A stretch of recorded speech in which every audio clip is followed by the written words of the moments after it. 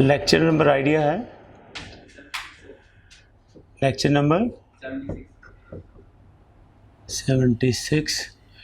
आज बेसिकली तो ये मैंने आपको बताया था 3 चैप्टर जो है ना वो डिसीजन मेकिंग के ही हैं।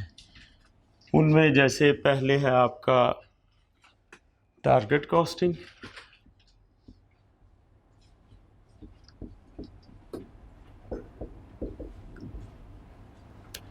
रेलेवेंट कॉस्ट,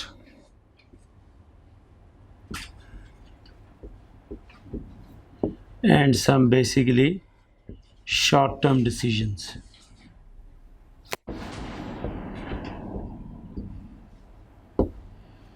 ये तीनों चैप्टर इकट्ठे ही शुरू होंगे। मेन चैप्टर जो उनका वो डिसीजन मेकिंग है। आज हम ये कह लें कि उसमें से टारगेट कॉस्टिंग को हम देखेंगे।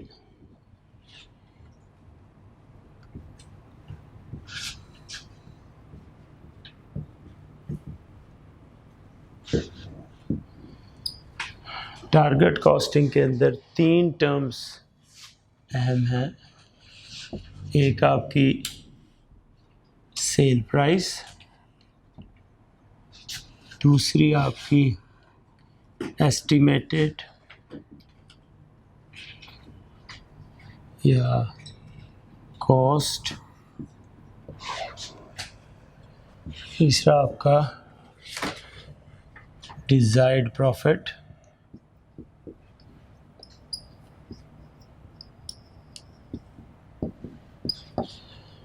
ठीक, सेल प्राइस टारगेट कॉस्टिंग के अंदर जो आपकी मार्केट प्राइस है उसी को कहते हैं। और आपको पता है मार्केट प्राइस जो है it is determined by the market forces, determined by the market forces, that is general phenomena is demand and supply factors. They control price mechanism. Organization has nothing to do with. Organization cannot control the price mechanism.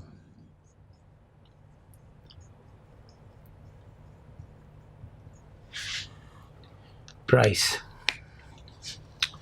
Estimated cost, it is budgeted cost which is likely to prevail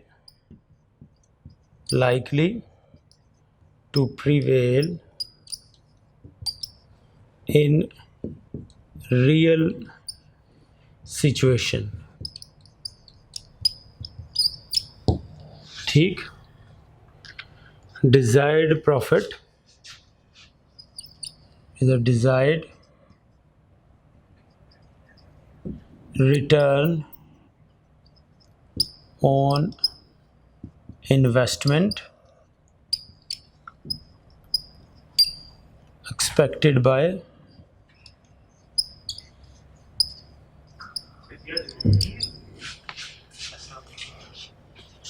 देख के भी बंदा गया आपने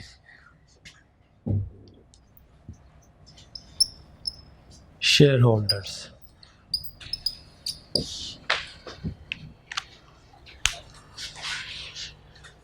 अच्छा जी, formula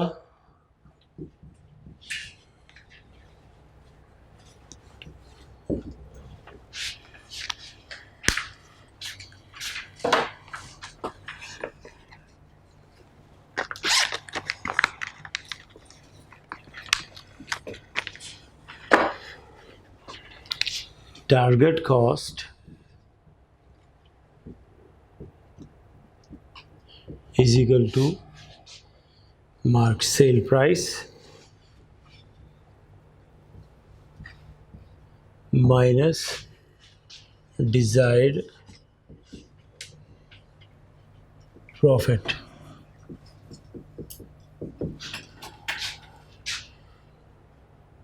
cost gap is equal to estimated cost minus target cost.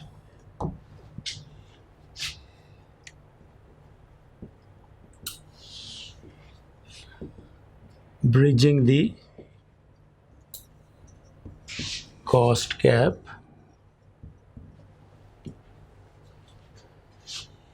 by controlling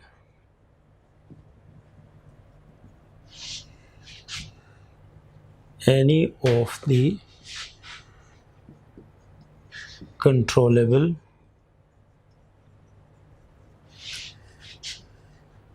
cost component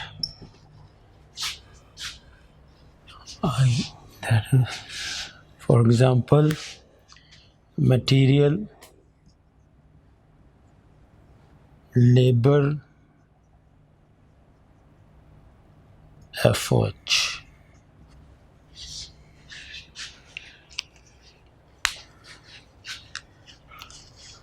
आप भी आ गए माशाल्लाह। लो जी, ये टारगेट कॉस्टिंग आपका नया चैप्टर है। बेसिकली चैप्टर तो मैंने जैसे आपको बताया एक ही है, डिसीजन मेकिंग। उसकी ये थोड़ी सी एक रेलेवेंट चीज़ है। टारगेट कॉस्ट, जो कॉस्ट आप टारगेट करना चाहते हैं, जो आप चाहते हैं कॉस्ट हो, उसको हम टारगेट कॉस्ट कहते हैं। इसमें 3-4 टर्म्स हैं। एक सेल प्राइस है, एस्टिमेटेड कॉस्ट है, डिज़ायर्ड प्रॉफिट है। सेल प्राइस क्या है? मार्केट प्राइस को सेल प्राइस कहेंगे। ये डिटरमिन करती हैं मार्केट फोर्सेस, वो होती हैं demand and supply factors. Organization जो मार्केट प्राइस है उसको ख़ुद से कंट्रोल नहीं कर सकती, ये उसकी रीच से बाहर है। एस्टिमेटेड कॉस्ट ये आपकी बजटेड कॉस्ट है, जो आपकी एस्टिमेटेड होती है, लाइकली होती है। और कॉस्ट में 3 ही कंपोनेंट है बेसिकली। तो आपका मटेरियल है, लेबर है, ओवरहेड्स हैं। तो ये जिस तरह आपने पहले कॉस्ट कैलकुलेट की है उसी तरीके से यहाँ पर भी कॉस्ट कैलकुलेट होगी। ये इसमें सिर्फ एक थोड़ा सा ये एक फार्मूला है जो आपके इल्म में आना चाहिए। बाकी इसमें कॉस्ट से रेलिवेंट नई चीज़ कोई नहीं है। बिल्कुल जो आपने पहले पढ़ा हुआ है वही सारी चीज़ें इसमें रिपीट होंगी, एक्सेप्ट के वो एक फार्मूला आपके सामने आ गया। तो डिज़ायर्ड प्रॉफिट हर ऑर्गेनाइजेशन में जो स्टेक होल्डर्स, मेनली जिसमें शेयर होल्डर्स होते हैं, वो इन्वेस्टमेंट करते हैं, उसके ऊपर को वो रिटर्न चाहते हैं। तो उसका ताल्लुक आपकी प्राइस से या आपकी कॉस्ट से होता है। तो वो आपको अपना डिज़ायर्ड रिटर्न बताते हैं। इस डिज़ायर्ड रिटर्न को अचीव करने के लिए आपके पास एक कॉस्ट ही है जिसे आप कंट्रोल कर सकते हैं। सेल प्राइस को तो आप प्लस माइनस नहीं कर सकते, अपनी मर्ज़ी से नहीं इस्टेब्लिश कर सकते। तो फिर एक कॉस्ट ही बचती है कि जिसमें आप अपनी एफिशिएंसी के थ्रू, अपनी मैनेजमेंट के थ्रू, डिसिप्लिन के थ्रू, सिस्टम्स के थ्रू अपनी कॉस्ट को कंट्रोल कर सकते हैं। तो उसमें आपने कहा जी टारगेट कॉस्ट क्या होगी? फिर सेल प्राइस है, उसमें से आप डिज़ायर्ड प्रॉफिट माइनस कर दें। वो दोनों चीज़ें पहले से तय हैं। सेल प्राइस मार्केट फोर्सेस ने तय कर दी है, डिज़ायर्ड प्रॉफिट आपके स्टेक होल्डर्स ने तय कर दिया है। तो उसको निकाल के फिर आपके पास ये कॉस्ट है जिसको आपने मीट करना है। अब ये ज़रूरी नहीं है कि ये under real situation, under likely circumstances आप इस कॉस्ट को मीट भी कर सकें। तो फिर आपका एक कॉस्ट गैप आता है कि ये लाइकली कॉस्ट है, टारगेट कॉस्ट आपकी ये है, तो कितना गैप हमें कंट्रोल करना है। उस गैप को कॉस्ट के कंपोनेंट्स के थ्रू ही कंट्रोल किया जा सकता है। मटेरियल में एफिशिएंसी ले आएँ, लेबर में एफिशिएंसी ले आएँ, एफओएच के सिस्टम को बेहतर कर लें। आप अपने कंट्रोल्स के थ्रू, पॉलिसीज़ के थ्रू, एफिशिएंट मैनेजमेंट के थ्रू आप इन चीज़ों को बेहतर कर सकते हैं। तो ब्रिजिंग गैप एज सच इतना थ्योरी का ही सवाल है, आया भी तो 1-2 का आएगा बस। उसमें वो कहेगा आप गैप कैसे ब्रिज करोगे। तो मेनली सवाल में देखना होता है कि कहीं मटेरियल वेस्ट तो नहीं हो रहा, कहीं लेबर तो इनएफिशिएंट नहीं आ रही, या कोई नेचुरल डिज़ास्टर्स तो नहीं आ गए जिसकी वजह से आपकी कॉस्ट ऐसी बढ़ गई है। तो इसमें जो फैक्टर्स हैं वो सिर्फ कंट्रोलेबल फैक्टर्स को हम मैनेज कर सकते हैं। कुछ चीज़ें अनकंट्रोलेबल हैं। जैसे मिसाल के तौर पे आपने कहा जी ये डिज़ास्टर हो रहा है, नेचुरल डिज़ास्टर हो रहा है, इसमें आप इसको तो नहीं, वेदर को तो नहीं कंट्रोल कर सकते, उसकी तरह उसकी वजह से फ्लड की सिचुएशन बनी हुई है, उसकी वजह से आपका मटेरियल बड़ा डैमेज हो रहा है या बहुत एक्सपेंसिव मिल रहा है, ये तो आपके कंट्रोल में नहीं है। आप तो ये देख सकते हैं कि भाई जो आपके कंट्रोल में चीज़ें हैं, मटेरियल को वेस्टेज कैसे कम की जाए, अच्छी क्वालिटी का ले लें, प्राइस आप अच्छे सीज़न में उसको ले लें, उठा लें, उसकी जो आपका स्टोर रूम वगैरह है उसको बेहतर कर लें, उसकी हैंडलिंग बेहतर कर लें, मटेरियल बेहतर हो जाएगा। इसी तरह लेबर, एफिशिएंट लेबर ले लें, अच्छी केयरफुल लेबर ले लें, सुपरवाइज़र अच्छे ले लें, इस तरीके से टाइम, आइडल टाइम मिनिमाइज़ कर लें। तो ये 1-2 नंबर का सवाल आएगा, मैक्सिमम आया भी तो इसमें सवाल बहुत कम एज सच इस चैप्टर का नहीं आता। ये कॉस्ट ही का एक सवाल है, बनता तो ये कॉस्ट का ही सवाल है ज़्यादा, बस इसमें मैक्सिमम ये वो ऐड कर देगा कि आप टारगेट कॉस्ट निकाल लें, तो डिज़ायर्ड प्रॉफिट दे देगा, एस्टिमेटेड कॉस्ट आपने ली होनी है, फिर वहाँ से कॉस्ट गैप, ये 2-3 टर्म्स आ जाएंगी कि टारगेट कॉस्ट निकाल लें या कॉस्ट गैप कितना होगा, उसको कैसे ब्रिज करेंगे, तो उससे ये इस चैप्टर का सवाल बनेगा। अदरवाइज़ जो आपने पहले पढ़ा हुआ कॉस्ट वो सारी इसमें आएगी, कोई नई चीज़ नहीं है। तो हम देख लें, हाँ टारगेट प्रॉफिट, जी जी, उससे हम सेल वगैरह डिटरमिन करते थे ना। यहाँ पर तो है कि कॉस्ट कितनी हो, उसमें आपको याद होगा, उसमें हम कहते थे कितने number of units break even के आएंगे, कितने इस प्रॉफिट को मीट करने के लिए सेल के यूनिट करेंगे, उसमें हम सेल्स वगैरह को देखते थे। इसमें मेनली आपकी वो जो कॉस्ट है ना, टिपिकल कॉस्ट कि मटेरियल कितना, लेबर कितना, एफओएच कितना, उसके हिसाब से। बड़ा आसान सा चैप्टर है।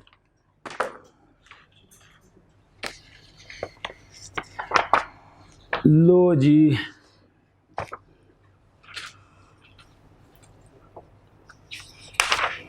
आप ये निकालिए ज़रा,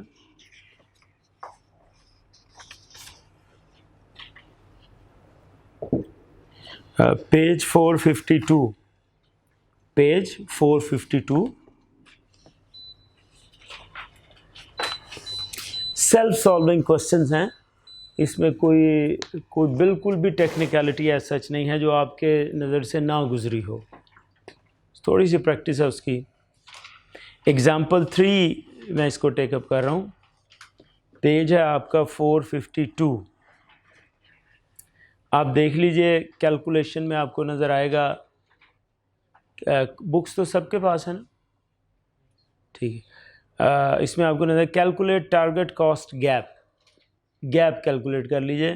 तो गैप कैसे आएगा, एस्टिमेटेड कॉस्ट जो आपकी लाइकली है उसमें से आपने जो टारगेट की हुई है कॉस्ट वो चेक कर लें, और इसमें हमने टारगेट कॉस्ट सेल प्राइस में से आप अपना डिज़ायर्ड प्रॉफिट माइनस कर दें तो टारगेट कॉस्ट आ जाएगी, टारगेट कॉस्ट को एक्सपेक्टेड कॉस्ट में से माइनस कर दें तो वो गैप आ जाएगा। Atlas Gaming Company, a manufacturer of computer games, is in the process of introducing a new game to the market and has undertaken market research to find out about customers' view on the value of the product. The result of this research have been used to establish a target selling price, ₹6,000. Price तय हो गई जी, ₹6,000. This is the price that company think it will have to sell the product at to achieve the required sales volume. Price तय हो गई. Cost estimate, estimated cost have been prepared based on the proposed product specification. अच्छा, इसमें हम ना total cost लेंगे, whatever cost, whatever amount you are going to incur, ठीक, to sell this product, what ever amount, इसमें manufacturing, non manufacturing जो भी amount है ना, ये कॉस्ट ऑफ सेल्स वगैरह नहीं है, ये आपकी टारगेट कॉस्ट है। तो इसमें हम सिर्फ ये नहीं कहेंगे जी इसमें मैन्युफैक्चरिंग कॉस्ट ले लें, नॉन मैन्युफैक्चरिंग रहने दें।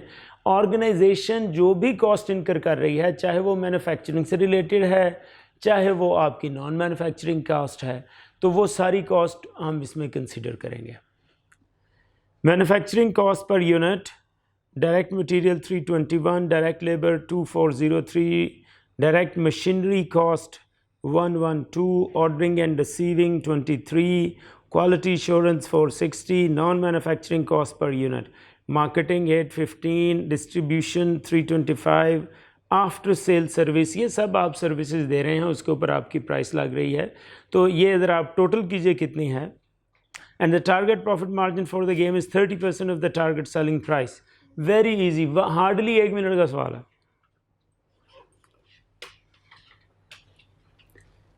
इसी को इधर ही टोटल कर लें सारा। सारा टोटल कर लिया 4589, ये आपकी होगी एस्टिमेटेड कॉस्ट। अब टारगेट कॉस्ट कैसे आएगी? टारगेट कॉस्ट आपकी आएगी sale price minus expected profit, target profit. Sale price 6000 है, 30% उसका डिज़ायर्ड प्रॉफिट है, तो 6000 का 30% उसमें से निकाल दें और 70% जो है वो यानी 4200, ये आपकी आ गई टारगेट कॉस्ट। टारगेट कॉस्ट कैसे आई जी? टारगेट कॉस्ट आई 6000 मल्टीप्लाई बाय 70%, ये आ गया आपकी टारगेट कॉस्ट। तो टारगेट कॉस्ट 6000 है, एस्टिमेटेड कॉस्ट आपकी 4589 एस्टिमेटेड कॉस्ट, टारगेट कॉस्ट आपका 4200, सही है। तो इसमें से माइनस कर दें जो एस्टिमेटेड है 389, ये 389 का गैप आपको कवर करना है। इसमें से कुछ कंट्रोलेबल हो जाएंगे, कुछ अनकंट्रोलेबल हो जाएंगे। जो कंट्रोलेबल हैं उसको कंट्रोल किया जा सकता है, वो फिर आगे ये वेरिएंस एनालिसिस आ जाता है ना। वो वेरिएंस हम देखेंगे जनाब, ये प्राइस का वॉल्यूम वेरिएंस है, मटेरियल का वेरिएंस है, या प्राइस है, या वॉल्यूम है, या लेबर का प्राइस वॉल्यूम है, या एफर्ट का, वो फिर वेरिएंस आ जाता है। वेरिएंस में फिर आगे देखा जाता है कंट्रोलेबल कौन से, अनकंट्रोलेबल कौन से। जो कंट्रोलेबल हैं उस पर तो पॉलिसीज़ बना दी जाती हैं, अनकंट्रोलेबल को फिर ऐसे ही टेंड किया जाता है। लेकिन अनकंट्रोलेबल के ऊपर फिर आपकी परफॉर्मेंस एवेल्यूएशन नहीं होती। कंट्रोलेबल के ऊपर performance evaluation of the management होती है, अनकंट्रोलेबल फैक्टर्स की वजह से परफॉर्मेंस एवेल्यूएशन नहीं होती। ये छोटी सी बात है।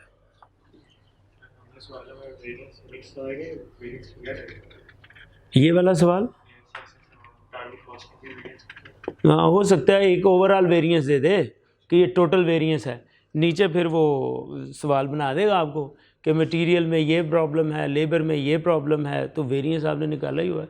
वो सारा कुछ जमा करेंगे तो तीनों वेरिएंस जमा करेंगे तो ये जो आपका वेरिएंस आ रहे हैं एस्टिमेटेड और टारगेट में, ये पूछ लेगा आपसे। अच्छा, वेरी वेरी सिंपल। थोड़ा सा हल्का सा कॉम्प्लिकेटेड सवाल देखने की कोशिश करते हैं।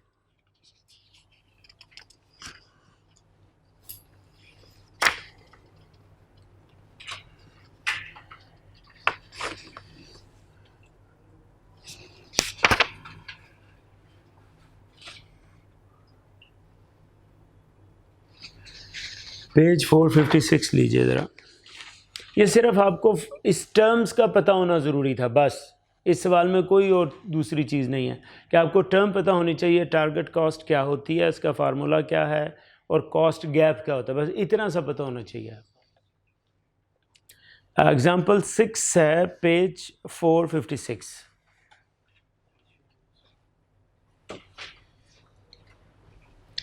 पेज 456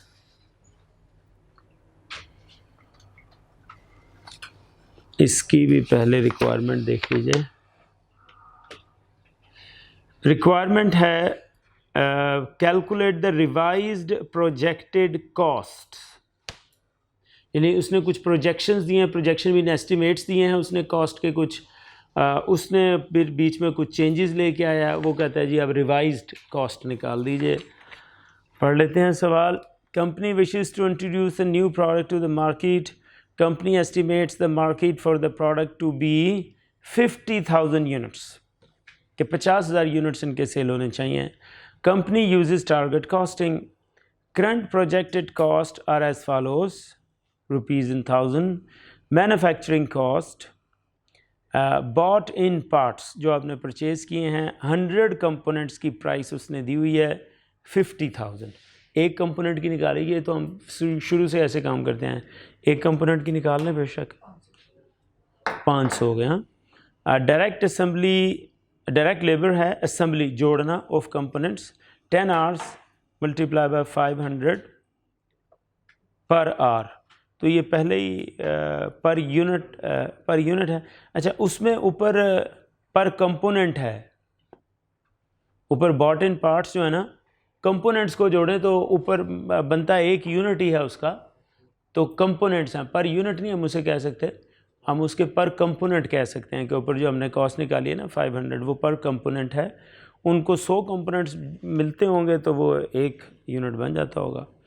आगे ये पर यूनिट ही है। मशीन कॉस्ट 750,000 है और यूनिट्स उसके हैं 50,000, तो टोटल उसने कहा एक यूनिट के ऊपर जो लगती है वो 15,000। Ordering and receiving 500 orders, 100 components into 500 पर ऑर्डर। ठीक, 500 ऑर्डर्स हैं, 100 कंपोनेंट्स हैं, 500 पर ऑर्डर, ये टोटल ऑर्डरिंग कॉस्ट आ गई।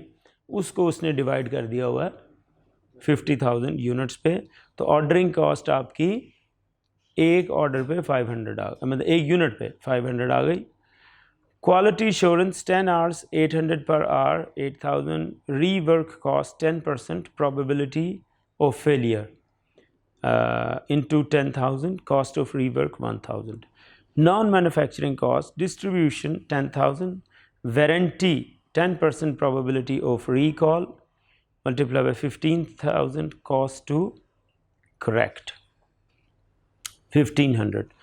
Target selling price 100,000, target margin 20%, target profit 20,000, target cost is given 80,000. उसने कहा इसको रिवाइज करें, हाँ नहीं ये टारगेट कॉस्ट ही है, हाँ उसने कहा इसको आप ना ज़रा रिवाइज कर लें, आप ऊपर जो उसने सारी कॉस्टें दी हैं ना उसको आप रिवाइज कर लें। वैसे ऊपर वाले का ज़रा टोटल तो करें, दिया हुआ टोटल ये 91,000 इसी का है, ठीक है, इसको ज़रा बॉर्डर लगा दें इस पर 91,000, तो 11,000 का आपका मार्जिन है, 80,000 टारगेट है, 91 आपकी एस्टिमेटेड है। अब देखें उस गैप को कैसे वो कवर करता है। Company has undertaken market research which found that several proposed features of the new product were not valued by customers. कुछ फीचर्स नहीं उन्होंने इतनी तवज्जो दी उस पर। Redesign to remove the features leads to ए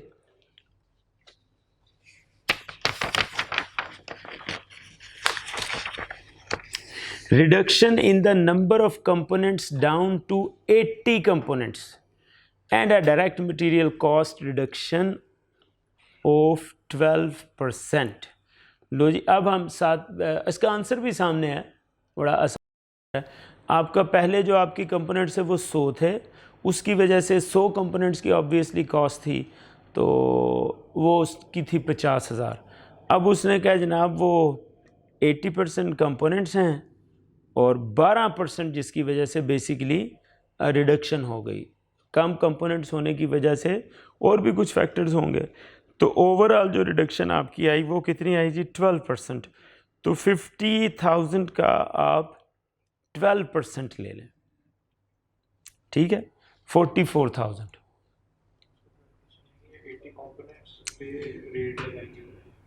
हाँ, इसमें हो सकता है स्टूडेंट ये इस किस्म की मिस्टेक हो सकती है।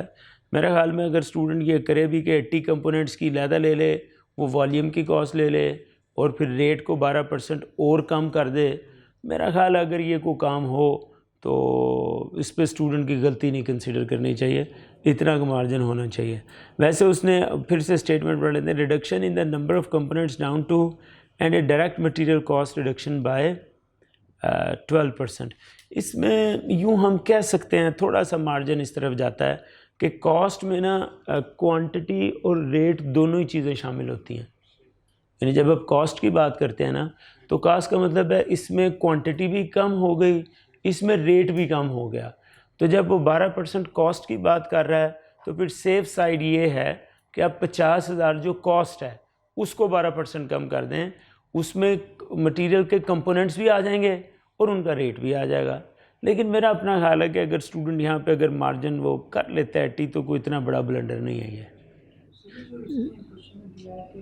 100 कंपोनेंट मिलाकर एक यूनिट बनता है। हाँ जी, हाँ जी, अब ये ऊपर ही हमें बता रहा है कि 80 कंपोनेंट, हाँ जी, वो 5,000 पर हम 12% लेंगे, 50,000 पर लेंगे। 50, मैं आपको वही बता रहा हूँ कि आपने लिखा 500 कंपोनेंट्स हैं, ठीक है। अब एक स्टूडेंट ये करे 500 को वो 80 से ज़रब दे दे, वो कहे जनाब ये जो है वो 80 कंपोनेंट हैं, ये क्वांटिटी का इफ़ेक्ट डाल दिया। फिर वो रेट का इफ़ेक्ट भी डाल दे, वो कहे जी अब इनकी कॉस्ट जो है वो आगे से 0.88 के साथ ज़रब दे दे, 40 को और 0.88 से ज़रब दे दे, तो वो उसको कॉस्ट कंसीडर करे रिडक्शन। मेरे हिसाब में स्टूडेंट करे तो कोई ये ब्लंडर में नहीं आना चाहिए, लेकिन वैसे मैं ज़रा सेफ़ ज़्यादा बेहतर अप्रोच ये कह रहा हूँ कि आदमी कीनली देखे ना, तो उसने कहा है direct material cost reduction, cost के अंदर क्वांटिटी और रेट दोनों का इफेक्ट आ जाता है, ठीक है। तो ये अस्यूम किया जा सकता है कि ये ज़्यादा बेहतर अजम्पशन है कि आप ये 50,000 को ही 12% कम करें तो उसमें 80 का भी इफेक्ट आ जाएगा। उसने ऐसे किया हुआ, ठीक है। Reduction in complexity has other impacts, कुछ आपने उसमें कॉम्प्लेक्सिटी भी सिंपल कर दी है। Assembly time will be reduced by 20%। लो जी, अब तो इसमें साफ़ ही हो गया कि असेंबली टाइम रेट उसका उतना ही रहना है, टाइम आपका 20% कम हो गया। हाँ जी, अब 20 कम कर दें, 0.8 कर दें, 8 कर दें, तो 8 हो गया, तो रेट उतना ही है, 4,000 हो गया। Quality assurance will only require 6 hours, quality assurance will require. अच्छा, ऊपर उसने कुछ मशीन कॉस्ट भी दी हुई है, वो उसने यहाँ पर नहीं दिया, लेकिन चूँकि वो पर यूनिट आपकी आ रही है ना, ऊपर मशीन कॉस्ट आप देखिए आपकी आ रही है, जो उसने ली हुई है वो है 15,000, ठीक। तो ये पहले ही पर यूनिट है, ये पर कंपोनेंट नहीं है।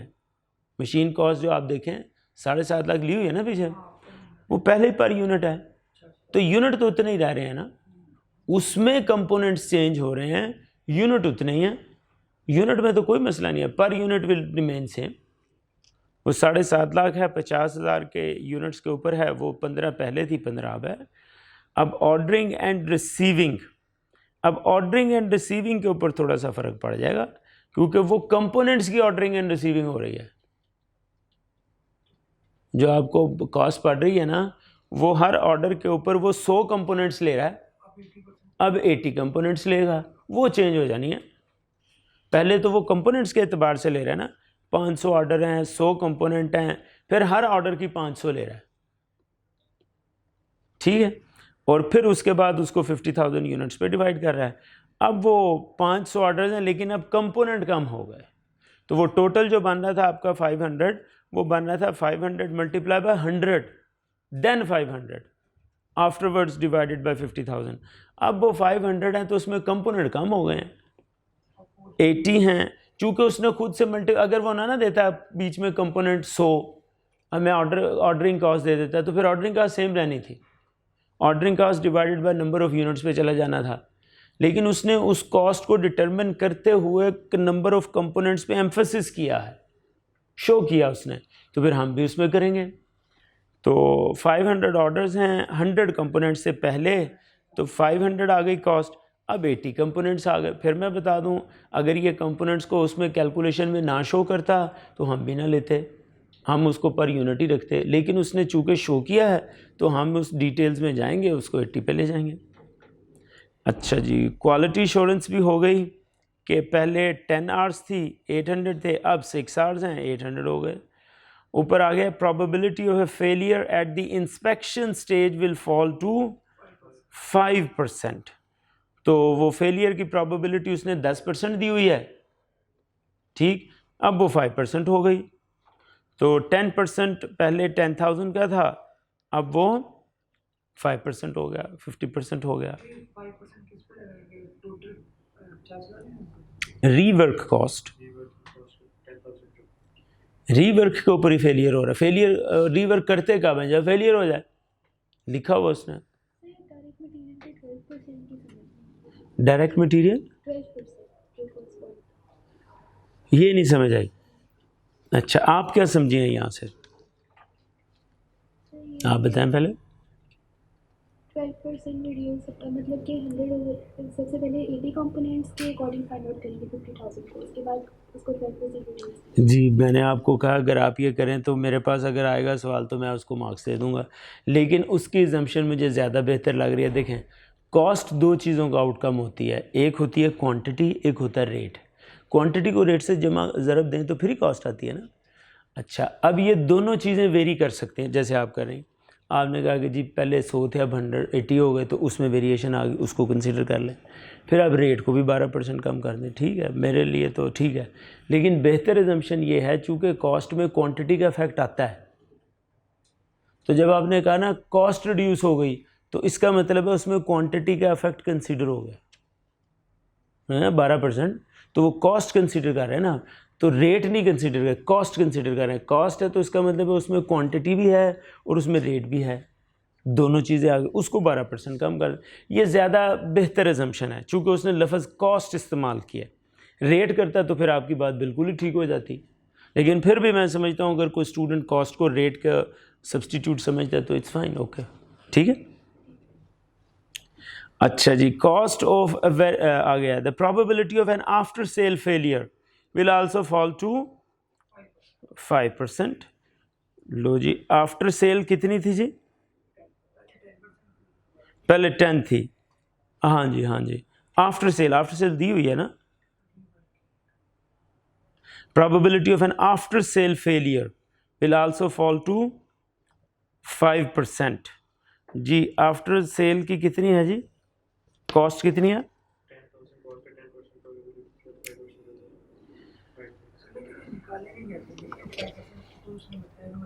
ठहर जाओ, क्या लिखा हुआ है? Cost of warranty, probability of an after sale failure will also fall to 5%। अच्छा, आफ्टर सेल दी हुई है ना इसने। Rework, probability of failure, cost of rework, नीचे उसने दी है वारंटी। आफ्टर सेल सर्विस अलहदा भी तो दी थी कहीं, नहीं ये नहीं, डिस्कशन भी हुई है ना, कोई डिस्कशन नहीं हुई। Probability on after sale service, नहीं आफ्टर सेल की मुझे ऐसे महसूस हो रहा है जैसे कि कॉस्ट दी हुई है उसने, कॉस्ट को नहीं दी। आफ्टर ऑर्डरिंग रिसीविंग हो गई, क्वालिटी इंश्योरेंस हो गया, रीवर्क 10% आ गया, नॉन मैन्युफैक्चरिंग डिस्ट्रीब्यूशन आ गई, वारंटी कॉस्ट यही लग रही है, प्रोबेबिलिटी ऑफ रिकॉल।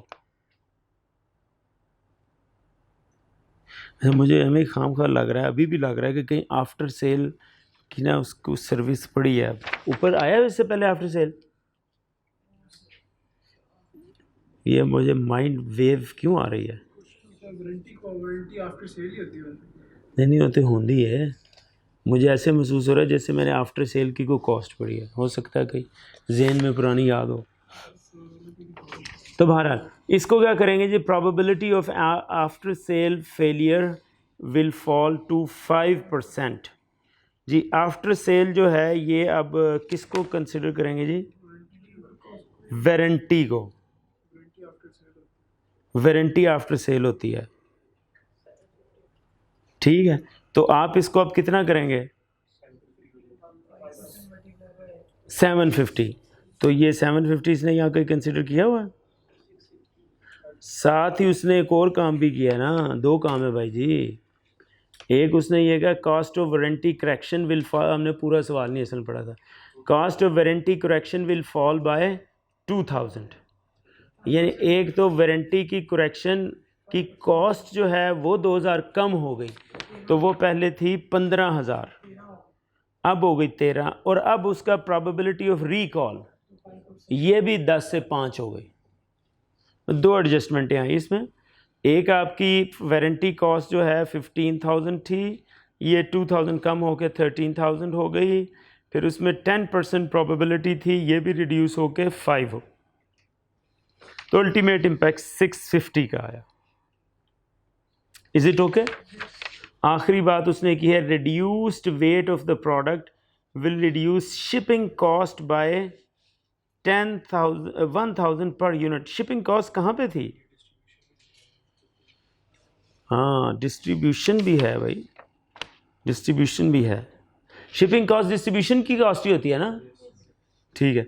तो ये 10,000 था, 9,000 हो गया। यार ये अजर ज़रा देख लेना कि ये बोल्ड शोल्ड भी ठीक नहीं हुए हुए, ये तो ना ये आपकी डिस्ट्रीब्यूशन को खाम खाई बोल्ड किया हुआ है, ये बोल्ड होना बनता नहीं है यहाँ पे, ठीक है।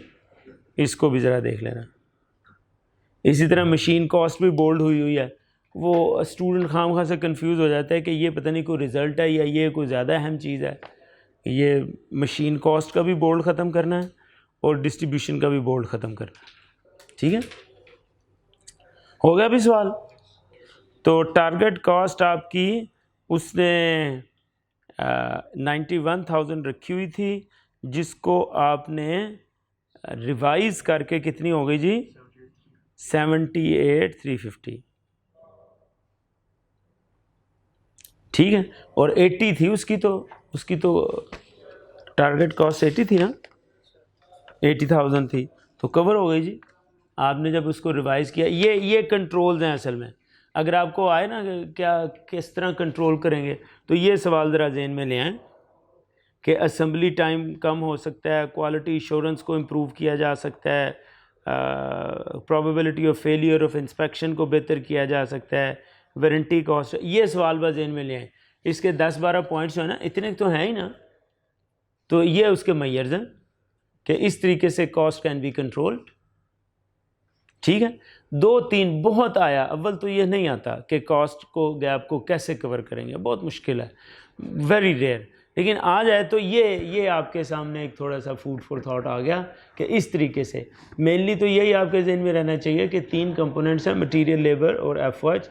इनको अगर बेहतर कर लिया जाए कंट्रोलेबल मेजर्स के थ्रू, तो आप कॉस्ट गैप को कवर कर सकते हैं। ये जनरल सा आंसर है, ये ज़रा ज़्यादा टिपिकल आपको इसमें चीज़ें मिल रही हैं, ठीक है। तो ये भाई अब हम इसकी मज़ीद प्रैक्टिस यहाँ से नहीं करते। ये बेसिकली जैसे मैंने आपको बताया ना, ये यहाँ का सवाल नहीं है, ये आगे जितने इसके सवाल हैं ना, वो एज सच इसके नहीं हैं, वो आपके हैं सारे डिसीजन मेकिंग के हैं। क्योंकि शॉर्ट टर्म डिसीजन के अंदर एक प्राइसिंग डिसीजन भी बड़ा अहम है, प्राइसिंग डिसीजन। तो ये जितने भी आपके पास पेपर्स के सवाल आए हुए हैं ना, जैसे ये मिसाल के तौर पे क्वेश्चन नंबर 1 आप देखिए 2016 में, उसने कहा compute the bid price that should you quote. तो ये बिड प्राइस है, ये आपकी डिसीजन मेकिंग का एक टॉपिक है, वहीं से हैं ये सारे सवाल, बेसिकली वहीं से हैं। आगे भी आप देखें ना, क्वेश्चन 2 में रिक्वायरमेंट है determine the discount that they should achieve, ये भी डिसीजन मेकिंग का है। डिसीजन मेकिंग में बहुत ज़्यादातर सवाल ही ये प्राइस वगैरह के हैं। आगे भी देखिए कंप्यूट द सेलिंग प्राइस, तो ये सारे सवाल आपके सेलिंग प्राइस के हैं।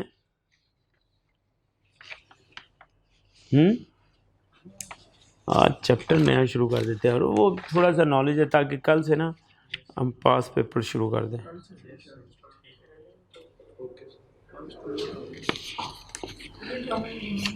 एक और मैंने सवाल देखा था यार, एक कमेंट होंगे जो वो नहीं होता इकोनॉमिक्स का, demand supply and demand equation नहीं होती, किसमें था वो?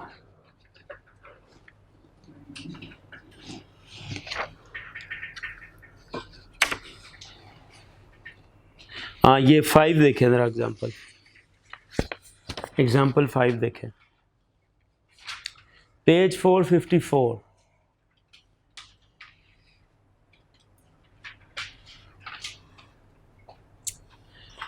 उसमें उसने कहा what price the company have to charge to capture its required market share and what is the target unit cost to achieve its target profit, what is the size of the target cost gap and how might Scriba company seeks to close this gap? Company will need to sell 50,000 units to gain 10% of the market. लो जी सवाल है, Scriba company is trying to launch a new product into competitive market in North America. Test marketing has revealed the following demand curve. ये demand curve की equation दिया आपने, economics पढ़ी हुई है ना, उसमें आपने पढ़ी होगी। For the product P is equal to 600 minus 0.005 Q। P price है, Q आपकी क्वांटिटी या डिमांड है, तो इक्वेशन उसने खुद ही दे दी हुई है, जस्ट आपको इस इक्वेशन को सॉल्व करना। Estimated market for the product is 500 units, estimated market for the product 500 units, जबकि आपकी उसने जो क्वांटिटी जो आपने सेल करनी है वो नीचे इस्टेब्लिश कर दिया है, क्यू इस्टेब्लिश कर दिया है, वो 50,000 कर दिया उसने। आगे उसने तफसील बता दी हुई है, company would like to capture 10% of the market, तो हमने अपनी मार्केट को देखना है। तो 500 का 10% 50,000 है, नीचे उसने नोट दे के इसको मज़ीद क्लैरिफाई कर दिया। Company has established a cost card based on 50,000 units of the sales each year. Direct material है 100, डायरेक्ट लेबर है 30, fixed overhead 70, total cost 200। Company wishes to achieve a target profit of 10 million for sales of this product per year. Price आपने बतानी है, price का formula उसने दे दिया है, P 600 minus 0.005 Q, खाली Q आपने पुटअप करना है, सवाल का जवाब आ जाना है।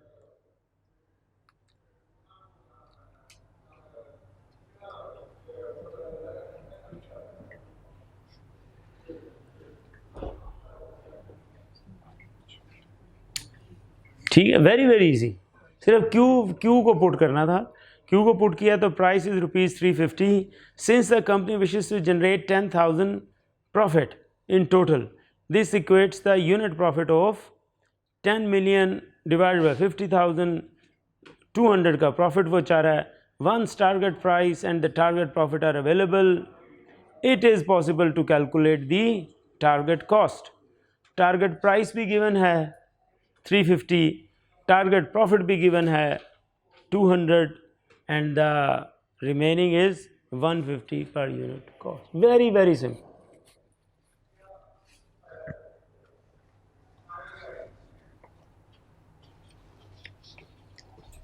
बोलिए जी। तो इसकी मैंने आपको कहा पहले भी कि इसकी जो मेन प्रैक्टिस है ना वो सारी डिसीजन मेकिंग में ही आनी है। इसी तरह हम रेलिवेंट कॉस्ट के इटसेल्फ क्वेश्चन फिर भी आए हुए हैं अलहदा से टिपिकल होके, तो लेकिन है वो भी सारा डिसीजन मेकिंग, क्योंकि डिसीजन मेकिंग रेलिवेंट कॉस्ट के बगैर हो ही नहीं सकती। डिसीजन मेकिंग के लिए पार्ट एंड पार्सल जो है ना वो आपका रेलिवेंट कॉस्ट है।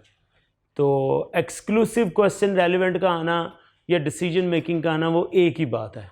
अब आप समझ लीजिए आपके 3 चैप्टर्स मेनली हैं, एक आपका रेलिवेंट कॉस्ट का चैप्टर है, दूसरा आपका इटसेल्फ डिसीजन मेकिंग है। चैप्टर तो एक ही है बेसिकली। 2-1 दिन मैं सोच रहा हूँ कि हम इस पे रेलिवेंट कॉस्ट पे लगा लें, ठीक है, एक हफ्ता, एक कल का जुमा, ये रेलिवेंट कॉस्ट पे लग जाएं, पीर को फिर हम डिसीजन मेकिंग के ऊपर आ जाएं। देखें 15 एक नंबर का डिसीजन मेकिंग का सवाल आता है, 15, 12, 15, 10 का भी कभी आ जाता है, 12, 10 से 15 तक का आता है सवाल। अब आपका इस दफ़ा इस अटैम्प्ट में ABC कॉस्टिंग का सवाल भी मुतवक्के है। वो आपने ABC कॉस्टिंग अगर मैं कहूँ ना आपने की हुई है तो ये कोई गलत बात नहीं है। डिपार्टमेंटलाइजेशन में की, चलो अब वैसे ही थोड़ी सी डिस्कशन कर लें। डिपार्टमेंटलाइजेशन आपने की है ना, FOH मुख्तलिफ डिपार्टमेंट्स हैं आपका, एक प्रोडक्शन डिपार्टमेंट है, एक आपका सर्विस डिपार्टमेंट है। अच्छा, अब ट्रेडिशनल या कन्वेंशनल कॉस्टिंग में मुरव्वजा जो कॉस्टिंग है उसमें हम क्या करते हैं, कॉस्ट को एलोकेट करने के लिए हम मुख्तलिफ मेयर्स लेते हैं, ड्राइवर्स, इसको हम कहते हैं drivers. Drivers actually are the activities determining cost. तो कन्वेंशनल कॉस्टिंग में अमूमी तौर पे लेबर आवर्स ये ड्राइविंग फोर्स ली जाती है। सारी डिपार्टमेंट की कॉस्ट को लेबर आवर्स के ऊपर रख के आप एलोकेट कर देते हैं या मशीन आवर्स पे एलोकेट कर देते हैं। उसमें कन्वेंशनल कॉस्टिंग में ड्राइवर्स 2 होते हैं। ये जो आपकी ABC कॉस्टिंग है ना, इसमें many drivers can be there, वो आपने पहले ही किया। जैसे आपने मिसाल के तौर पे आपको याद होगा एलोकेट करते हुए आप कैसे कॉस्ट एलोकेट करते थे, आप स्क्वायर फुट के ऊपर भी करते थे, फ्लोर एरिया, ठीक है, आप पावर जनरेशन के ऊपर भी करते थे, किलोवाट आवर्स, ठीक। उसके अलावा आप कॉस्ट ऑफ मशीन के ऊपर भी करते थे, याद होगा अगर आपको। ये मुख्तलिफ़ किस्म के मैयर्स थे, ये कन्वेंशनल कॉस्टिंग में कम आते हैं। कन्वेंशनल कॉस्टिंग में एलोकेशन तकरीबन हर कास्ट की या लेबर आवर के ऊपर होती है या मशीन आवर्स के ऊपर होती है। जब आप इन दो के अलावा कोई और भी ड्राइवर लेके आते हैं, driver mean the force the factor driving the cost, ठीक, determining the size of the cost, causing increase or decrease in the cost, those can be many factors। तो वो आपको जब ये कन्वेंशनल से हट के लेके चलेगा ना, कन्वेंशनल से मुराद है लेबर आर और मशीन आर, इसके अलावा कोई फैक्टर्स, जैसे मैंने आपको 2-3 फैक्टर्स बता दिए, तो और भी आपको वो दे सकता है। उसमें वो कहता है मिसन ऑर्डरिंग कॉस्ट है, तो ये नंबर ऑफ ऑर्डर्स के एतबार से आएगी। इसको ड्राइव करने वाला, कम या ज़्यादा करने वाला ड्राइवर कौन सा है, वो है number of orders. Number of order कम होंगे, किसी एक डिपार्टमेंट में ऑर्डर्स की कॉस्ट लगी, किसी में ज़्यादा लगी, तो वो उस डिपार्टमेंट को उसके एतबार से चार्ज हो जाएगी, ऑर्डरिंग कास्ट आपको दे देगा। इसी तरह आपने अभी पढ़ी है इंस्पेक्शन हो रही है, वारंटी हो रही है। अब इंस्पेक्शन के अंदर आपने जितना टाइम इंस्पेक्शन का लगा, एक है लेबर का टाइम लगना, एक है लेबर का टाइम लगना, डायरेक्ट लेबर का, उसके एतबार से कॉस्ट डिटरमिन हो जाना। ज़्यादा एक्यूरेट क्या है, ज़्यादा एक्यूरेट है कि किस डिपार्टमेंट ने इंस्पेक्शन के आवर्स कितने लगे, वो ज़्यादा एक्यूरेट मैयर है। एबीसी कॉस्टिंग असल में ना आप ये समझ लीजिए कि मोर एक्यूरेट मैयर्स है, ये कन्वेंशनल नहीं है। कन्वेंशनल होता है ब्लैंकेट, ब्लैंकेट होता है वन फॉर ऑल, कि एक ही साइज़ है, वो सब के लिए आपका फिट आ गया, समझे। वो अनवर मसूद का ना, बनैन मेरी वधिया बनैन मेरी टॉप दी, छोटिਆਂ ਨੂੰ पूरी आवे ਵੱਡਿਆਂ ਦੇ नाप दी, तो वो ऐसे ही है, one size fit for all. तो कन्वेंशनल जो है ना, कन्वेंशनल है one size fit for all. उसमें आ गया जी लेबर आवर्स या मशीन आवर्स। जब आप एबीसी में चले जाते हैं, आप कहते हैं नहीं जी कॉस्ट डिटर्मिनेंट्स हैं, जैसे मैंने आपको बता दिया, स्क्वायर फिट भी हो सकते हैं, किलोवाट आवर्स भी हो सकते हैं, नंबर ऑफ़ इंस्पेक्शन आवर्स भी हो सकते हैं, नंबर ऑफ़ ऑर्डर्स भी आ सकते हैं। इसी तरीके से मशीन की कॉस्ट है, वो कहता है मशीन की कॉस्ट है, एक है मशीन आवर्स के ऊपर डिवाइड कर दो। एक वो कहता है कि नहीं, मशीन की जो सबसे बड़ी कॉस्ट होती है ना, जहाँ जहाँ बड़ी बड़ी मशीनें चलती होती है, मशीन सेटअप कॉस्ट। ये हायर लेवल ऑफ प्रोडक्शन में, मिसाल के तौर पे आपकी टेक्सटाइल मिल है, आपकी शुगर मिल है, तो इसमें जो मशीनें लगती हैं ना, ये अराउंड द क्लॉक 24 घंटे 7 days a week and 365 days a year ये मशीन चलती है। ये ऑफ नहीं, आप इसे ऑफ़ करना अफोर्ड नहीं कर सकते। इसकी जो स्टार्टअप कॉस्ट होती है ना, वो लाखों रुपए के ऊपर होती है। ये नहीं आप कहेंगे जनाब बत्ती चली गई तो मशीन बंद हो जाए। मशीन बंद होने का मतलब ये है कि मिलियंस आपको पड़ गए, मिलियंस। जब भी आपने मशीन को रीटूल करना, उसके अंदर रीटूलिंग करना, उस रीटूलिंग के ऊपर पुराने टूल ज़ाया हो जाते हैं, पुरानी डाइयाँ ज़ाया हो जाती हैं, फिर मशीन को स्टार्ट करने के लिए नया स्ट्रक्चर खड़ा करना पड़ता है, फिर उसमें लाखों रुपए का लुब्रिकेंट पड़ता है, लाखों का ऐ नहीं होता मोबाइल, लाखों रुपए का मोबाइल पड़ता है पूरी मशीन के अंदर, वो सारा वेस्ट हो जाता है। फिर उसमें कूलेंट पड़ते हैं, कूलेंट नहीं, कभी मोटरसाइकिल में गाड़ी में आपने डलवाए हो शायद कूलेंट वगैरह, वो मशीन में पड़ते हैं, वो बड़े महंगे महंगे कूलेंट्स होते हैं। फिर उसकी मशीन के जब तेल को निकालना है तो तेल पुराना तेल मिक्स नहीं होना चाहिए, एक ही क्वांटिटी का क्वालिटी का तेल होना चाहिए। उसको साफ़ करने में 20-20 30-30 दिन लग जाते हैं। तो मशीन की जो री रनिंग होती है ना, it may take 1 month 2 month 3 month sometimes 4 months, तो 4 महीने प्रोडक्शन भी बंद रहनी है।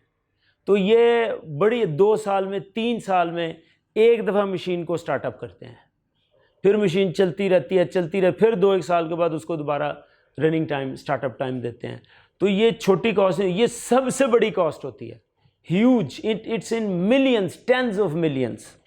तो मशीन के ऊपर ये कॉस्ट सबसे ज़्यादा आ रही होती है। तो वो कहते हैं नंबर ऑफ़ स्टार्टअप्स, इस प्रोजेक्ट को करने के लिए स्टार्टअप कितने आपने लगाए। एक है माइनर चीज़ें, बिजली इतनी खींच रही है जी मशीन, तो खाली मशीन जो है वो खाली बिजली तो नहीं, उसमें बहुत बड़ा एरिया एक प्रोजेक्ट को कंप्लीट करने के लिए उसकी स्टार्टिंग अप है। वो 1 लगाए, 2 लगाए, 4 लगाए, तो वो कॉस्ट हम इग्नोर कर जाते हैं। जब हम लिखते हैं जी मशीनिंग का डेप्रिसिएशन ले लेते हैं मुँह तौर पे, हम लेते हैं डेप्रिसिएशन ले लो, हम कहते हैं पावर ले लो, यही कॉस्ट है मशीन की, समझते हैं ना। तो सबसे बड़ी कॉस्ट हम इग्नोर ही कर जाते हैं, वजह कि हम एक्यूरेट मैयर ही नहीं लेते। इतनी बड़ी कॉस्ट हो रही है और उसको हम वो मशीन आवर्स के ऊपर डिवाइड करके चला देते हैं, तो वो नहीं, वो फिर नंबर ऑफ़ स्टार्टअप्स के ऊपर चलती है। वो मशीन आवर एक भी लगा होगा ना उसके ऊपर, और अगर आपको रीस्टार्ट करनी पड़ गई मशीन, तो वो एक के ऊपर ही वो सारी बिलियंस की मिलियंस की कॉस्ट आ जानी है। लिहाजा उसका ताल्लुक मशीन आवर से ऐसा कोई नहीं होता, उसका ताल्लुक अपने नंबर ऑफ़ स्टार्टअप से होता है। तो ये कुछ कॉस्ट ड्राइवर्स ये आपको मिलेंगे। तो वो सवाल वो ऐसे ही है जैसे आपने उसने कॉस्ट दे दी, साथ उसने ना ड्राइवर बता दिया। तो जैसे आपको कहा जनाब ये कॉस्ट है, इसका ड्राइवर है, आपने डिटरमिन कर लिया फ्लोर एरिया। फ्लोर एरिया में आप कहते हो जी इसकी एक्टिविटी, उसको हम कहते हैं फ्लोर एरिया एक्टिविटी है, फ्लोर के एरिया के ऊपर काम हो रहा है। और ड्राइवर जो है ना इसका वो है स्क्वायर फीट। स्क्वायर फुट ज़्यादा होंगे ये कॉस्ट ज़्यादा हो जाएगी, स्क्वायर फुट कम होंगे ये कॉस्ट कम हो जाएगी। अब आपने उसको क्या किया, एक्टिविटी बेस्ड कॉस्टिंग में ये जो आपकी कॉस्ट आई है ना, रेंट की से कॉस्ट आई है, तो हमने उसको अगर नंबर ऑफ़ आवर्स के ऊपर नहीं डिवाइड करेंगे भाई, मशीन आवर्स के ऊपर, हम फ्लोर एरिया स्क्वायर फीट पे डिवाइड करेंगे। एक्यूरेट हो गया ना, ज़्यादा एक्यूरेट हो गया। इसी तरीके से वो इस तरह की cost, inspection cost, running cost, फिर हम कहेंगे रनिंग कॉस्ट आ गई है तो भाई इसको अब मशीन आवर से ऊपर ना ज़रब दो। इंस्पेक्शन को डायरेक्ट लेबर आवर के ऊपर नहीं लेके जाओ, जितनी इंस्पेक्शन जिसकी हुई है उसको उतनी कॉस्ट दो, उसको डायरेक्ट लेबर आवर से नहीं करो, गलत हो जाना है, एस्टिमेट गलत हो जाना। बात मेरी समझ में आ रही। इसी तरह स्टार्टअप कॉस्ट है तो इसको मशीन आवर्स के ऊपर ना डिवाइड करो, वो सही मैयर नहीं है, इसको उसके नंबर ऑफ़ स्टार्टअप्स के ऊपर लेके जाओ। तो ये इस तरह की एक्यूरेट मैयरमेंट जो है ना वो आपको देगा। तो सिंपली करना क्या, कॉस्ट डिटरमिन कर लेनी है। कॉस्ट जैसे हम पहले नहीं पूल करते थे, सारी कॉस्ट एक तरह की एक डिपार्टमेंट की, डिपार्टमेंटलाइजेशन कॉस्ट में पूल कर लो, फिर उसमें पूल करते हुए आप कॉस्ट ड्राइवर्स जो वो दे उस ड्राइवर के एतबार से एलोकेट कर दो। ये बेसिक कॉस्टिंग है। तो ऑलमोस्ट आपने की हुई है, ये कोई नई चीज़ नहीं है, लेकिन इंशाल्लाह सवाल आएगा, हमने निकालने आपके। अभी चूँकि आपके सिलेबस में नहीं थी तो ये फाइनल में होती थी। सिंपल टॉपिक है फाइनल का, बड़ा सिंपल सा टॉपिक था। तो ये अब उन्होंने वो नीचे ले आए हैं, आपके कैफ में ले आए हैं। 6-7 सवाल हैं आपके, अच्छे सवाल, लेवल के सवाल जो हैं वो आपको कराएंगे, ख़त्म हो जाना। तो अभी कुछ कर लें या रहने दें आज, चलो आपकी मान ही लें।